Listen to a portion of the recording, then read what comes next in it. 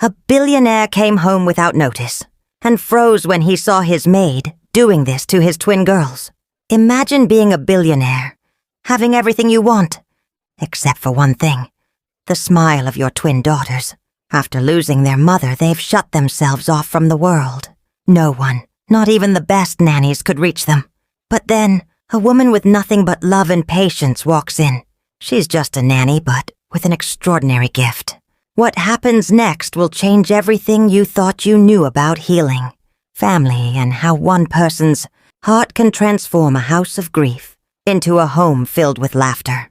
Grace Williams stood at the small kitchen window, rinsing plates while the evening news talked about Lagos traffic.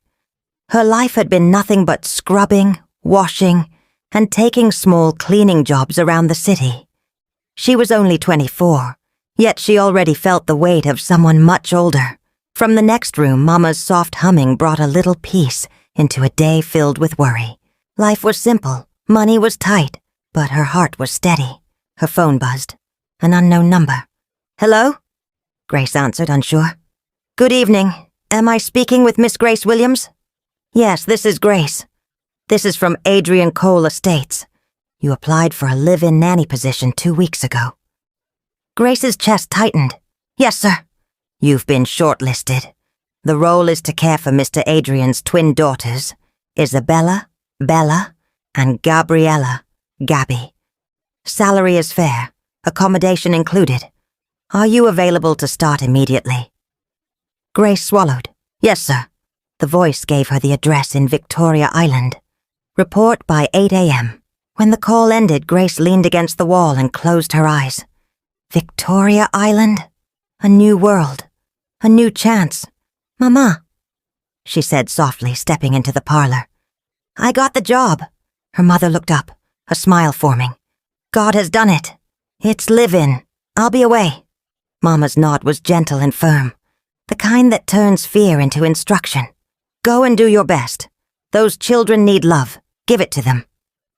She reached for Grace's hand, then added softly, "Me and your brother will be fine. You don't need to worry about us." From the corner, her younger brother looked up from where he sat on the low stool, hugging his knees. His eyes held a quiet pride, though he said nothing. The silence of his presence was its own blessing, Grace exhaled. She didn't know yet about the gray mansion on the island, the sorrow in its halls, or the twins who had forgotten how to laugh. She only knew she had to try. That night, Grace folded 3 dresses into a small bag, ironed her one good blouse, and rehearsed her greeting in the mirror. She didn't have much, but she would bring the one thing she had in full: patience. Before sleep, Mama's voice drifted from the doorway. "Grace?" "Yes, Mama."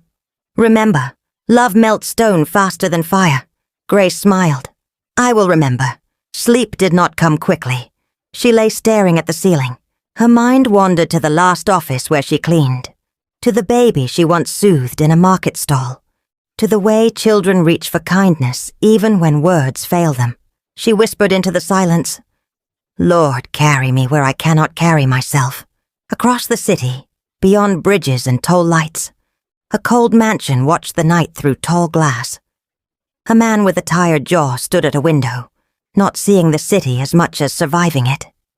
In a nursery, 2 little girls turned away from each other to sleep, like people who had learned to expect disappointment. Morning arrived like a command. Grace bathed, dressed, and tied her hair in a neat bun. Mama pressed a small Gideon New Testament into her palm. "For pocket," she said. "For courage." Grace stepped into the Lagos sun, into Danfo noise and impatient horns, into a future that smelled like salt air and polished marble. She didn't know the mansion she was walking into had already broken 3 nannies in 2 months.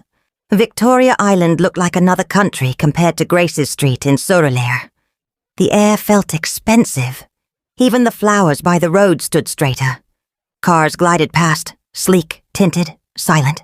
Grace clutched her small handbag tighter, whispering the address again to herself as the taxi slowed before massive black gates. The guardhouse stood like a miniature fortress. A uniformed man stepped out, his face sharp with suspicion.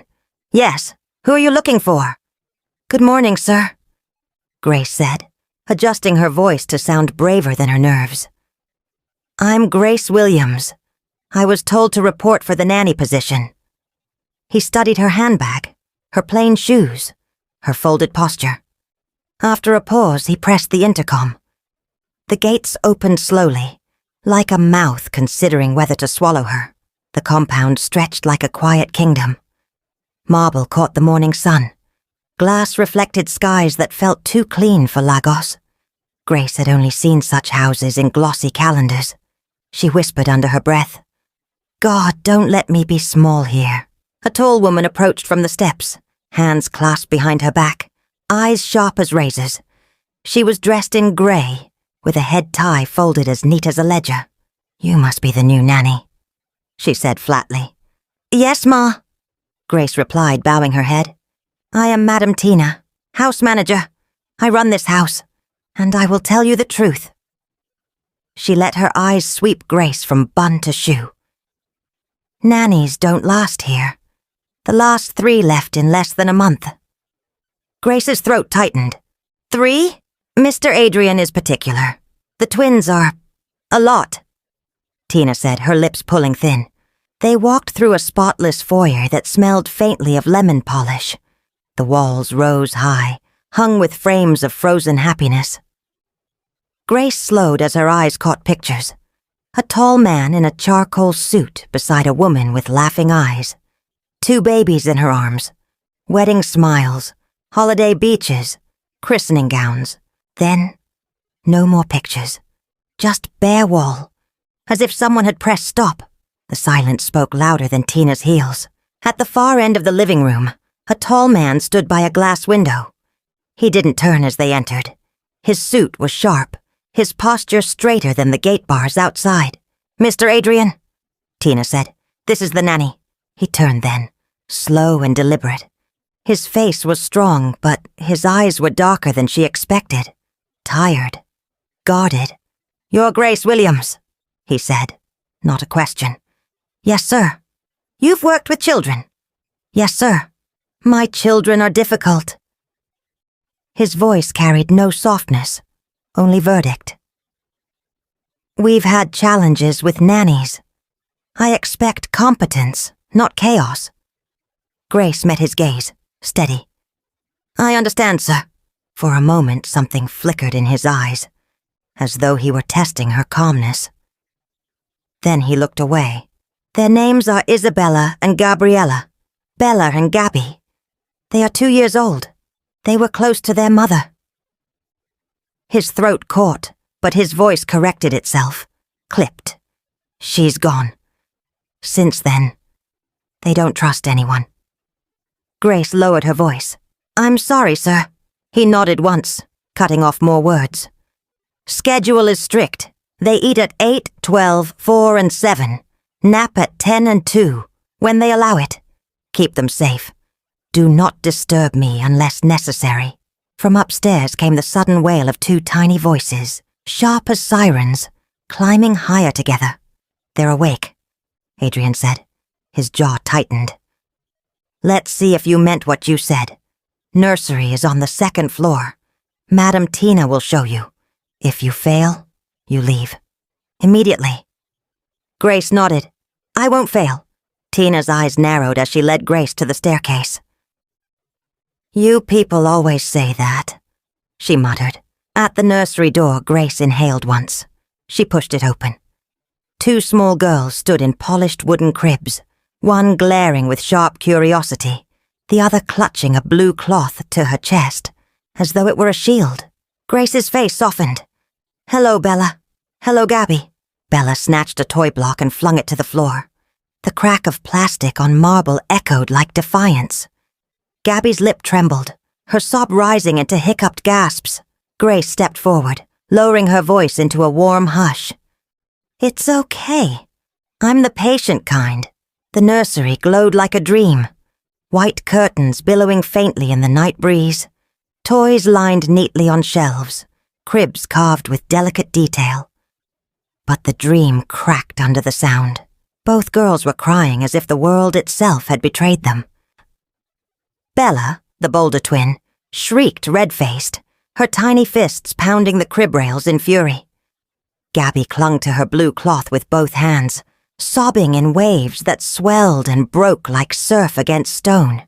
From the doorway, Tina folded her arms. She had seen this before, 3 times. Each time the new nanny had cracked like a clay pot. She lingered a moment longer, her eyes flat as the cries climbed higher. Then, with a small shake of her head, she pulled the door shut behind her. Grace was alone now, alone with the storm. Grace knelt by Bella's crib. The child hurled her toy again, narrowly missing Grace's arm. Grace didn't flinch. She picked it up, dusted it, and placed it gently back. "You can throw it again if you like," she murmured. "I'll still be here." Then she turned to Gabby. The girl's wide, tear-shined eyes clung to her face. Grace reached through the crib bars, brushing the soft edge of the blue cloth. "Hold it tight, Gabby. I'm not going anywhere." Grace tried the bottles first, pressing them gently to the twins' lips. But they turned away, screaming louder. She lifted them one by one, rocking them in her tired arms. Yet the wails only grew. She checked their diapers, fighting with tiny kicking legs, but nothing helped. Sweat clung to her skin, soaking through her blouse as her arms shook from the effort. It had been her first day when she came in pressed trousers and a crisp blouse, trying to look professional for the family. But now, with the night unraveling into chaos, she reached for the folded black and white nanny uniform laid out for her. She slipped into it quickly, the plain cloth clinging cool against her skin, easier to move in than the stiff outfit from before. Dressed in her new uniform, she bent back to the cribs, her face streaked with determination, even as the twins' wails rose higher. But Grace only began to hum, a tune her mother had used on blackout nights, when the heat pressed against the skin and mosquitoes whined. A lullaby with no words, just a thread of steady sound. She sat cross-legged on the rug, one twin in each arm, her back against the crib bars, her head tipped back in exhaustion. But the song did not break. Bella's wails fell into ragged whimpers. Gabby's sobs dissolved into hiccups. The digital clock blinked 2:11 a.m. The nursery stilled. For the first time that night, silence stretched between the cribs. Grace exhaled, her body aching but her voice still low and steady. She whispered into the quiet, "If you wake again, wake me too. We'll cry together if we must." At the door, unseen, Adrien lingered with his hands in his pockets. He had braced himself for the usual end, another nanny crushed by his daughter's cries. Instead, he found Grace, humming low, holding them close, her patience steady where others had cracked.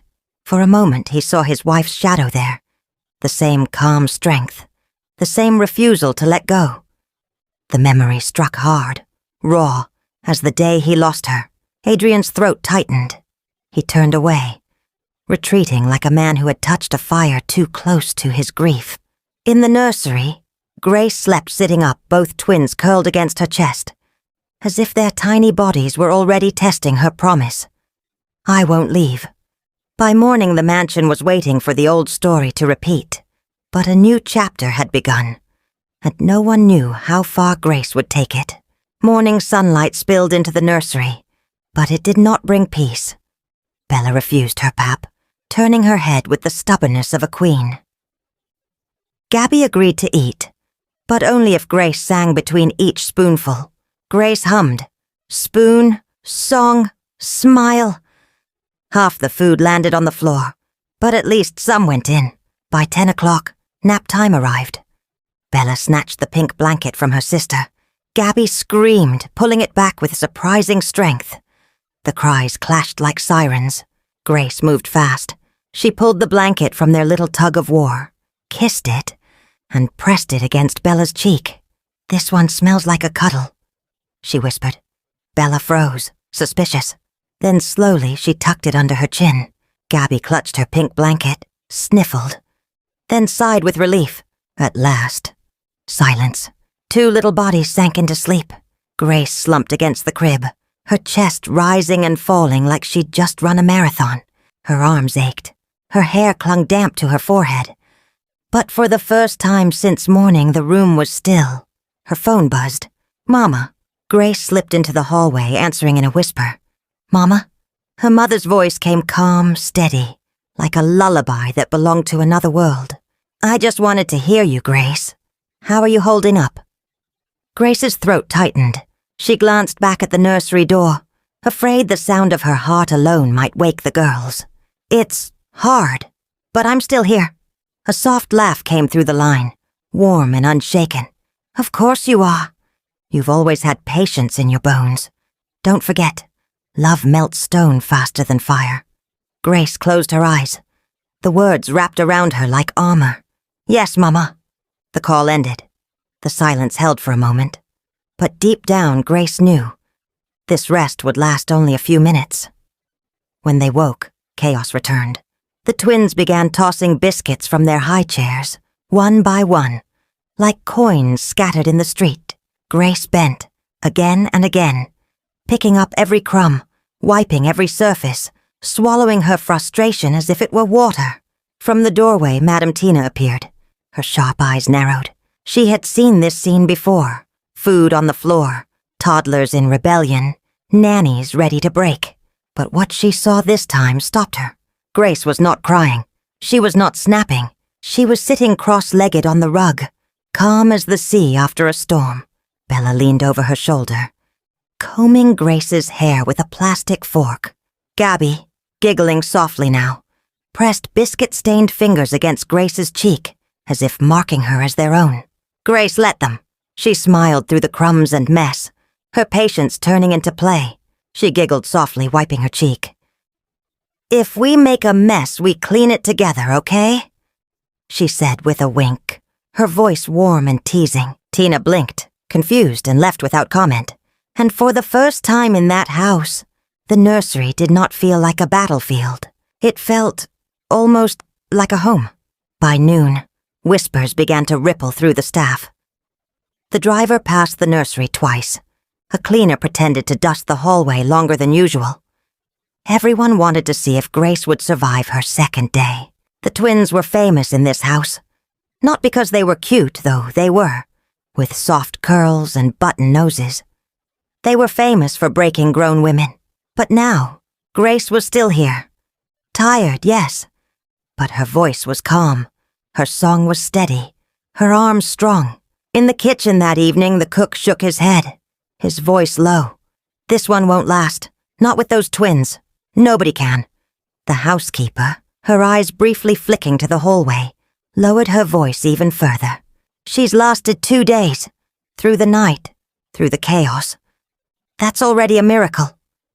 Upstairs, in the silence of the nursery, Grace folded tiny clothes into neat squares. She looked at the sleeping twins and whispered, "Small progress is still progress."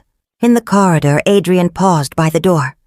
He listened, not to crying, but to silence. For a long moment, he didn't know whether to step in or stay hidden. His jaw clenched, his chest tightened. Then he walked away.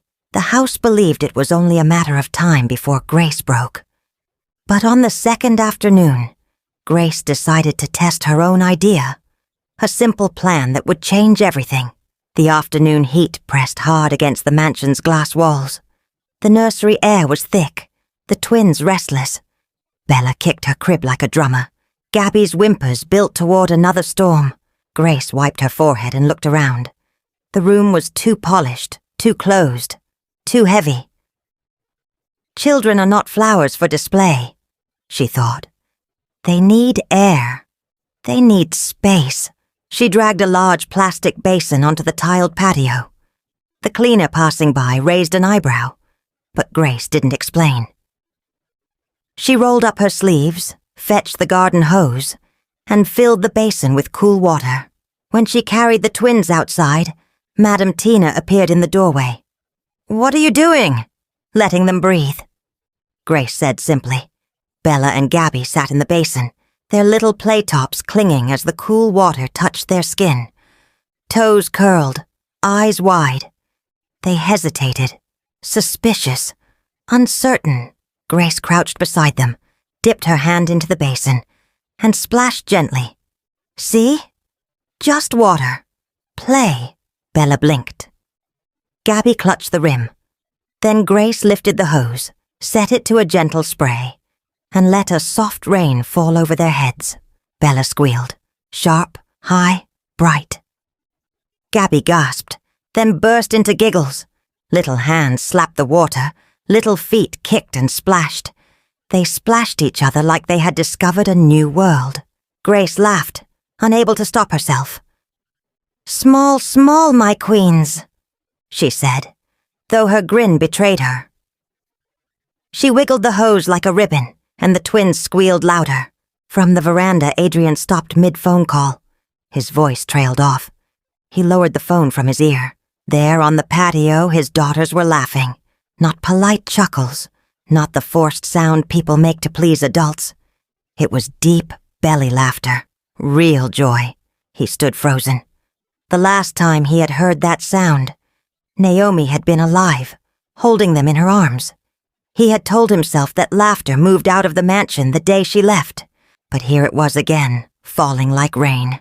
Grace kissed each wet forehead, pretending the hose was a microphone. "Say ah," she teased. "Ah," Bella shouted. "Ah," Gabby whispered, then giggled. Adrien's lips moved before he realized it.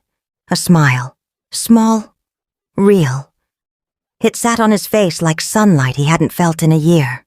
For a brief second, the mansion forgot it was heavy. It remembered it was a home. Grace looked up. Their eyes met. She didn't speak. She only nodded once, like people do, when they both recognize a miracle. That night, when the house braced itself for another storm of crying, a deep calm settled instead. Not the silence of fear, but of peace. Yet Adrien Cole did not sleep. In his study, papers and contracts lay scattered across his desk, waiting for his pen. But his eyes never touched the numbers. His gaze stayed fixed on the CCTV monitor, replaying the scene from the patio. His daughter's laughter, their joy, and the woman who had made it possible. Over and over again he watched the same moment. Bella splashing, Gabby giggling, Grace bending low to steady their little hands. The sound wasn't captured by the camera, but he could hear it anyway. In memory, in imagination, the raw, sweet laughter of his daughters. He pressed his palm to his temple. He had built his empire on control, on predicting outcomes. But nothing about this felt predictable. Laughter had returned to his house, and it unsettled him more than the tantrums ever did. He picked up his phone. His thumb hovered. He typed, "Adrien, thank you for today." He stared at the words. Too soft. Too strange. He deleted them. Tried again. Deleted again. His jaw tightened, but the silence in the room grew heavier until he finally hit send. Across the mansion, in her small room near the nursery, Grace's phone buzzed. She rubbed her tired eyes and checked the screen. For a moment, she wondered if she was dreaming. The message was simple, almost awkward. She typed back, "Grace, we will keep trying." She set the phone aside and lay back on the bed. Her muscles ached. Her arms still felt the weight of the twins. Yet she smiled into the darkness. Back in the study, Adrien exhaled slowly when he read her reply. He leaned back in his chair, shutting his eyes. The sound of laughter slipped into his mind again. Not a ghost this time, but something alive. In the nursery, the twins shifted in their sleep. Bella murmured. Gabby rolled closer to her sister, clutching the soft blue cloth. Their breathing fell into rhythm. The house, which had long forgotten music, held its breath as if listening. Grace whispered into the stillness of her room, a prayer soft enough that only God could catch it. "Let me not fail them. Let me not fail you." Down the hall, Adrien whispered something too, though his voice cracked under its own weight. "Naomi." They laughed again today. Neither knew what the morning would bring. But for the first time in a long time, both slept with a little hope. The week began with sunlight and ended with shadows. At noon on Thursday, Bella pushed away her food with unusual force. Her cheeks, normally flushed with mischief, looked pale. Grace touched her forehead. Warm. Too warm. By 1 o'clock, Gabby's skin was hot as well, her small body limp against Grace's chest. Grace's stomach knotted. She checked the thermometer twice. Both twins had fevers climbing fast. "Madam Tina!" she called, steady but urgent. The house manager entered, frowning. "What now?" "They're burning. I need to see Mr. Cole." "He traveled this morning," Tina said. "Business in Abuja. He won't be back until tomorrow." Grace didn't wait for permission. She packed a small bag, diapers, wipes, bottles, thin blankets.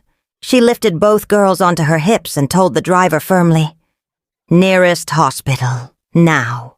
The driver blinked at her authority but obeyed. The emergency ward hit her senses at once. Bright lights, antiseptic sting, nurses moving quickly. Bella whimpered weakly. Gabby had stopped crying, which frightened Grace more than any scream. The doctor hurried them in. "High fevers. We'll start fluids and monitor vitals." Grace stood aside, lips moving in prayer. "God, please. Not them. Not now." Wires, beeps, cool cloths, pressed to tiny foreheads. Bella's small hand searched blindly until Grace caught it. Gabby's eyelids fluttered as a nurse adjusted her IV line. Grace leaned close, whispering, "Stay with me, my queens. I won't leave you." Hours blurred. Chairs grew harder. Her back ached from leaning. Her eyes stung from refusing to close. Yet she never moved far from the beds. Back at the mansion, Adrien returned earlier than expected. He stepped into the quiet nursery. Empty cribs. No note. His chest constricted. He stormed through the halls. "Where are my girls?" His voice cracked. Tina wrung her hands. "Hospital, sir. They had fevers. Grace took them. He didn't wait. He was already out the door." At the hospital, Grace bent over the twins, brushing damp curls from their faces, when a shadow fell across the ward. Adrien. His eyes scanned wires, monitors, pale cheeks, and then locked on Grace. "You should have called again," he snapped, his voice raw. Grace's throat tightened. "I did. I'm sorry." He closed his eyes, the anger collapsing into something heavier. Guilt. "No. I'm sorry. You did right." He moved to Bella's side, taking her tiny hand as if it were glass. Grace stood opposite, holding Gabby's. Between them lay the fragile, burning proof that they were not enemies, not employer and employee, but something else. Two adults fighting for the same children. Near dawn, the fever broke like a storm passing. Bella slept deeply. Gabby's breathing softened. The doctor smiled. "They're turning the corner." Grace pressed both hands to her face, whispering thanks. Adrien exhaled as if a weight larger than money had lifted from his shoulders. He looked at Grace across the hospital beds, eyes tired but clear. "Thank you for not leaving." Grace shook her head softly. "They're my girls, too. At least in my heart." Something shifted in him. He didn't say the words out loud, but they hung between the beeps and quiet sighs. Mine, too. By the time the twins were discharged, Adrien knew Grace was more than a nanny, but he also knew the shadows of grief still lived in his halls, and they would not let go easily. The drive back from the hospital was quiet, the kind of silence that follows a storm. Bella slept on Grace's lap, thumb in her mouth. Gabby leaned against Adrien's chest, the faint beep of monitors still echoing in his ears. Back at the mansion, Grace settled the girls in their cribs with cool cloths and whispered prayers. She tucked blankets just right, smoothing wrinkles with fingers still trembling from the night's fear. Adrien lingered in the doorway, jacket off, sleeves rolled. His eyes stayed on the twins long after Grace finished. When she moved to leave, his voice stopped her. "My wife's name was Naomi," he said quietly. Grace turned, surprised by the softness in his tone. "She loved mornings," Adrien went on. would sit out on the patio with tea, talking to the babies before they were born. She swore they could hear her dreams through her belly. He gave a small, broken laugh. After they came, everything changed. There were complications, nights full of fear. I told myself if I just worked harder I could fix it, but work doesn't fix what love breaks. His voice cracked, thinner now. For a moment he looked less like a billionaire, more like a man who had lost his way. Grace leaned against the doorframe, listening. She knew grief wasn't something you argued with. It was like a tide. You let it come and go until it was tired. She would have liked you, Adrien said suddenly, meeting Grace's eyes. Adrien swallowed, his voice rough. Thank you. For staying. For not leaving when it got loud. Grace lowered her eyes. I know loud, she said softly. My father left when I was small. The house kept shouting even when no one was talking. Adrien's gaze lingered. How did you stop it? I didn't, Grace said, a faint smile tugging at her lips. I just sang louder. For a moment, neither spoke. Then Bella stirred in her crib. Grace crossed quickly, laying a steady palm on the child's chest until her tiny breath slowed. Adrien watched. The wild rhythm calmed under Grace's touch, like she carried peace in her fingertips. Something inside him shifted. He had built walls high enough to keep grief in and love out. But in that moment he realized the walls were not holding. He drew a breath, his voice quieter than the hum of the air conditioner. Teach me, he said. Grace looked up puzzled. Teach you? He nodded once. His eyes, usually guarded, were open and raw. Teach me to be what they need.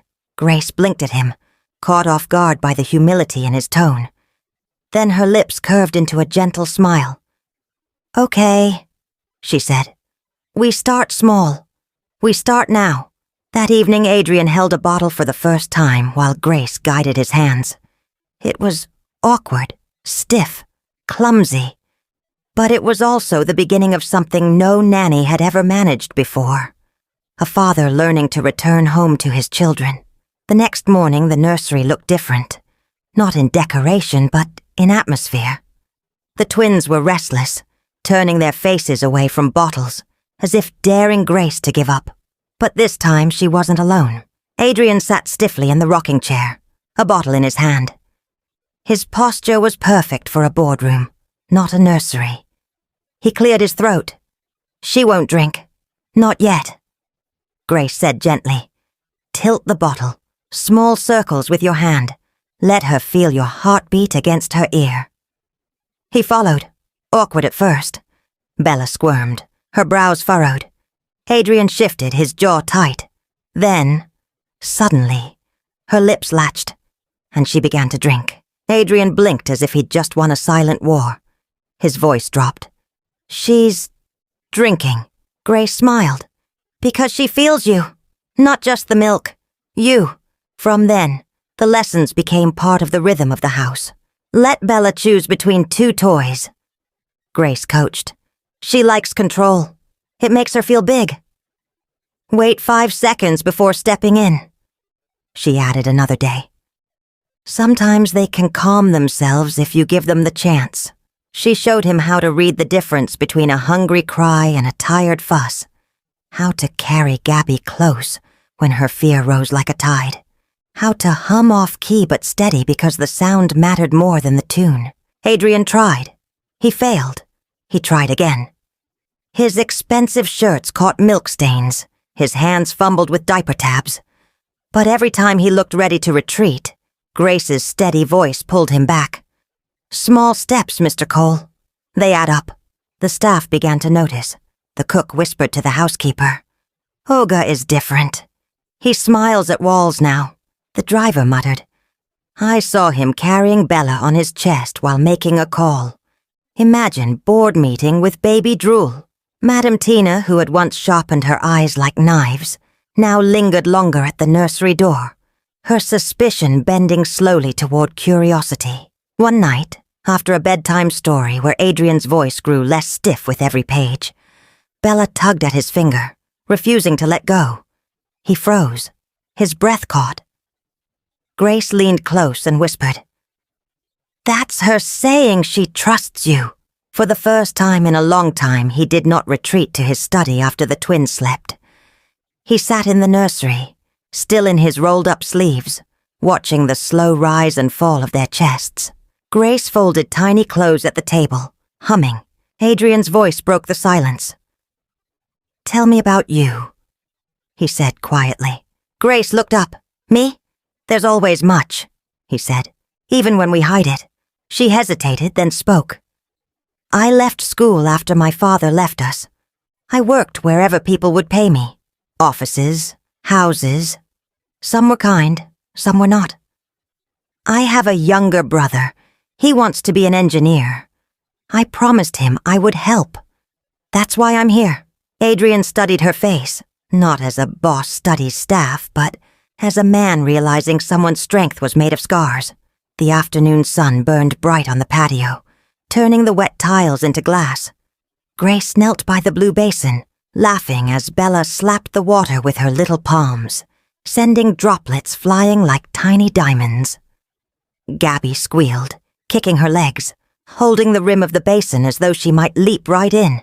Grace lifted her arm to shield her face, her uniform already damp from the girls' wild splashes. Behind them, Adrien stepped onto the veranda. For a moment, he only stood there, silent, watching. His face carried the same guarded distance it always did, like a man who wasn't sure he belonged in a place filled with laughter and noise. Grace noticed his shadow but didn't turn. She let the girl's joy lead the moment. Then he walked closer. His polished shoes caught the spray, dark spots blooming against the leather. He paused, his expression unreadable as he watched Grace and the twins splashing together. And then, without warning, he bent low, picked up the hose trailing across the tiles, and aimed it toward the basin. A thin stream of water arched into the air and fell gently over Bella and Gabby. The girls gasped, then burst into bright laughter, their voices ringing so loudly they seemed to shake the patio walls. Grace's head snapped up, eyes wide, only to be caught in the spray herself. Water dripped from her hair as she gasped in mock outrage. "Ah, so you've joined the fight?" Bella and Gabby shrieked even louder, clapping and kicking, as if cheering their father on. Adrien laughed, awkward at first, rough like a sound unused for too long, but real. Grace tugged the hose from his hand and sprayed him right back, her own laughter spilling free. Adrien ducked, water soaking his shirt, but his smile widened, unguarded at last. The twins joined in, Bella splashing her sister until Gabby squealed so hard she fell into hiccuped giggles. Water sprayed in wild arcs, sunlight catching each droplet until it looked like a shower of glass raining down on all four of them. For the first time, Adrien wasn't standing apart, watching through glass, or keeping his distance. He was inside the noise, part of the joy. From inside the house, Madame Tina peeked through the curtain. Her jaw dropped. She whispered to the cook, "Olga is smiling in the sun. This house is not the same anymore."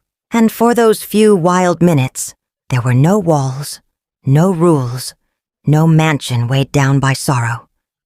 There was only a father, a nanny, and two little girls, soaked to the skin and laughing like they had always belonged together. And somewhere deep inside the mansion, the old walls listened and softened. The house had once been a place of grief and broken routines, but now it was finding a new rhythm. What Adrien didn't yet see was that this rhythm was pulling him closer, to Grace, to his daughters, and to a choice that would soon change everything. Later that night, after the twins had drifted into sleep, Grace sat at the small table in her room, folding their tiny clothes. The house felt different, lighter, as if the sound of laughter from the patio still lingered in the walls. A gentle knock broke the quiet. She opened the door to find Adrien standing there, his tie loosened, his expression uncertain. He no longer looked like the distant man of the day, but like someone still holding on to the memory of his daughter's joy. "You handled today well," he said softly. Grace smiled. "It wasn't just me, sir. You joined in. The girls needed that. You gave them more than play. You gave them laughter with their father." Adrien's eyes flickered, caught by her words. He paused, then gave a small nod. "I forgot how that felt. To be inside it, not just standing on the outside. You gave them something money can't buy." Grace said gently, "Your time, your joy." His voice grew rougher, almost to himself.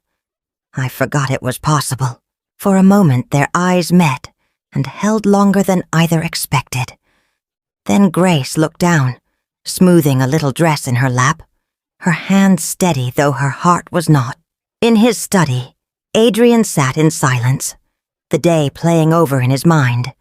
The spray of water, the girls' laughter, the sunlight caught in Grace's damp hair. His hand pressed flat against the desk, as if holding himself steady. His voice broke the stillness, a whisper meant for no one but the shadows. "Naomi, maybe love can live here again." Across the mansion, Grace sat quietly by her window, a small lamp glowing at her side. Her Bible lay open on her lap, her fingers resting on the page. She bowed her head and prayed in a low voice.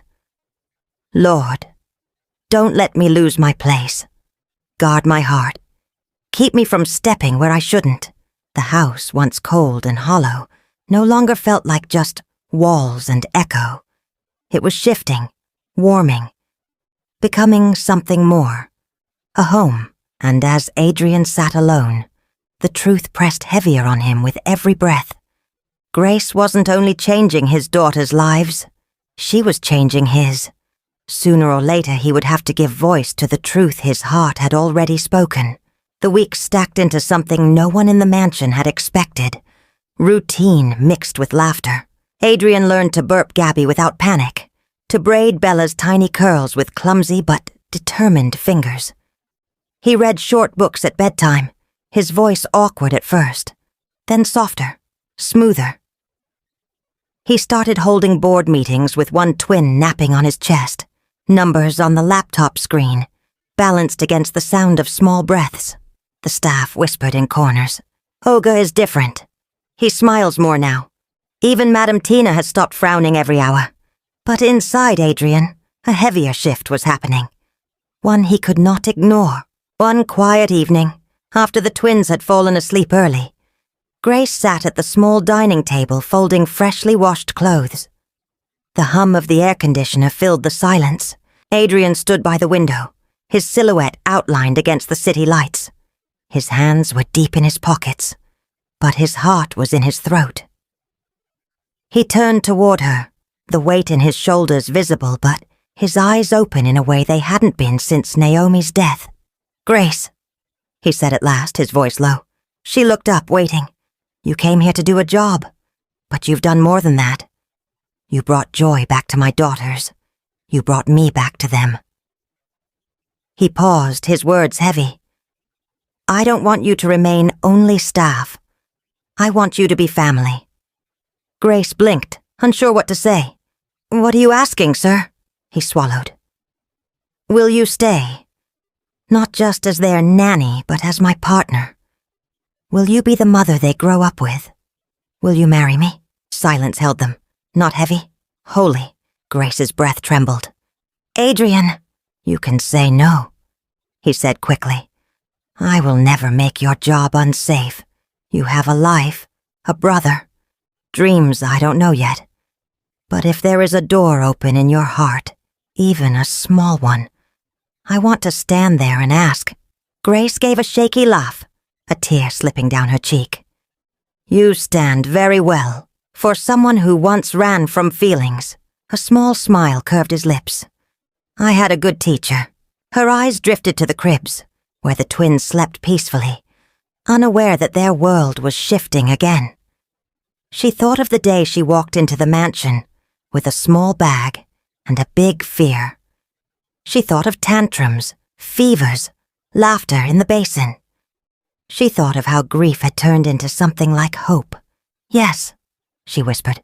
Adrien's shoulders dropped with relief. His eyes glistened. For a moment he looked younger, like a man finally allowed to breathe. He didn't move to kiss her. He only reached for her hand, holding it gently but firmly, as though anchoring himself to a new promise. There in the room where everything had broken, something new was being built. The mansion had seen nannies come and go, but this was different. Soon it would no longer be the Cole house. It would be the Cole family. The wedding was intimate and simple, held in a quiet chapel with soft light streaming through stained glass windows. No flashing cameras, no crowds, just Grace and Adrien, standing before their loved ones. The twins, Bella and Gabby, sat beside Grace's mother, dressed in white, clapping their tiny hands, as if they understood the significance of the moment. Grace wore a simple gown, elegant and timeless, with lace-like prayers woven into the fabric. Adrien stood beside her, dressed in a gray suit, his eyes soft and filled with tenderness. He no longer looked like the distant billionaire. Now he was open, vulnerable, and present. Their vows were quiet but powerful, promises made not just to each other, but in the presence of God and family. Grace's mother sat in the front row, her eyes teary with joy and pride, watching her daughter begin a new chapter. She had always wanted her daughter to find a love that would protect her, support her, and nurture her. Today she saw that love standing right before her. Bella and Gabby, giggling and clapping, sat by their grandmother, unaware of how their world was changing. Their innocent joy added a quiet magic to the ceremony. As Grace and Adrien exchanged rings, they shared a look that said everything. This was the beginning of something beautiful. Not just a marriage, but a family. The twins, with their bright smiles, completed the circle, showing the love that had already woven them all together. One evening, the family sat on the patio. No basin today, just a rug spread with mango slices, and the twins leaning against their parents. The warm Lagos wind brushed their faces as the city hummed faintly in the distance. Traffic, waves, markets, life. Adrien looked at his daughters, then at Grace. "I never thought they would smile again," he said softly. Grace's eyes warmed. "They were waiting for you." He glanced at her, a half-smile tugging at his lips. "And for you." A light flickered on in the garden. The house, once silent with grief, now breathed like it was alive again. The twins dozed, heavy with the happy tiredness of children who played well. Adrien reached for Grace's hand under the blanket. She squeezed it once, steady. The mansion seemed to listen, and if walls could smile, these ones did, because Grace did not run. She stayed. And because she stayed, the house learned to laugh. Sometimes the most powerful change comes from the most unexpected places. Grace Williams was once just a stranger in a mansion. But today, she's the heart that made it a home. The woman who came to care for 2 little girls became the one who healed a grieving family. Her journey may have started as a job, but it will end with a legacy of love that will never fade. If this story moved you, let us know in the comments, and tell us where in the world you're watching from. Don't forget to subscribe to Folktales by Olivia for more heartwarming, dramatic, and unforgettable stories. Until next time, stay loving, stay patient, and keep watching.